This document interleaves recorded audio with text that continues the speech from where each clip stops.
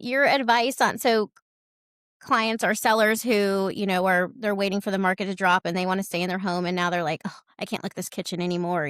We want to do some interior updates. Hmm. When they come to you with that, explain kind of how you walk through the process of, do we do a HELOC? Do we do a cash out refi? What are all the things you take into consideration just to help us educate our clientele? Because I'm hearing a lot of that. Like, I'm not ready to sell, but I want to update my home to fit our current needs. First and foremost, I'm going to look at a HELOC because it keeps them locked into that low interest rate that they currently have on their primary. Sure. Now, a lot of lenders might not say that because we don't make any money on HELOCs. It's essentially just a service for our client. Okay. But I'm okay with that because at some point they're going to want to pay that HELOC off, and hopefully I gave them a good enough service to where they come back to me to help them put that into one once interest rates lower.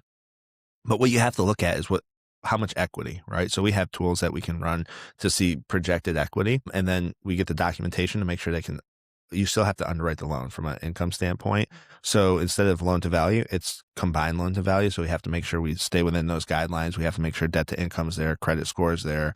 What's your monthly payment going to be? And we educate them on this is what this is going to look like per month. So this is where we run into, the over upgrading. Mm-hmm.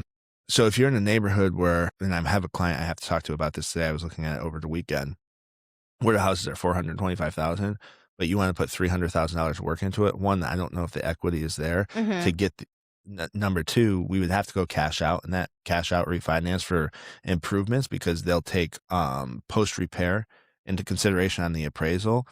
But I don't know if we can get to the 725. Sure. So maybe we can get to 600, which would give them 150,000, but there's just not any comps in the area. So we have to take all of that into consideration when we're talking about repairs. If it's $50,000 kitchen, most of the time we're just going to go HELOC because we can go up to $500,000 on a HELOC if we wanted to. If the equity's there, we're looking at it at a case by case basis. If somebody came to me for, hey, I want to do repairs, like you were saying, the first thing I'm going to say is look at a HELOC because it's going to keep you locked into your rate, especially rates have gone up again. I saw that. Yeah, it's been crazy. You're looking at 8% again. But that's what happens when we have a million wars going on and we're printing money to spend and so on and so forth. Inflation gets a little sticky at that point. But my whole thing is look at HELOC first. If you're trying to educate them, make sure they're not over upgrading. You have to have comps, not necessarily for HELOC, but you have to have the equity for the HELOC. But you might want to educate them on making sure they have comps so that they're not making it look like Trump Tower where it's all gold in a neighborhood that's calling for silver.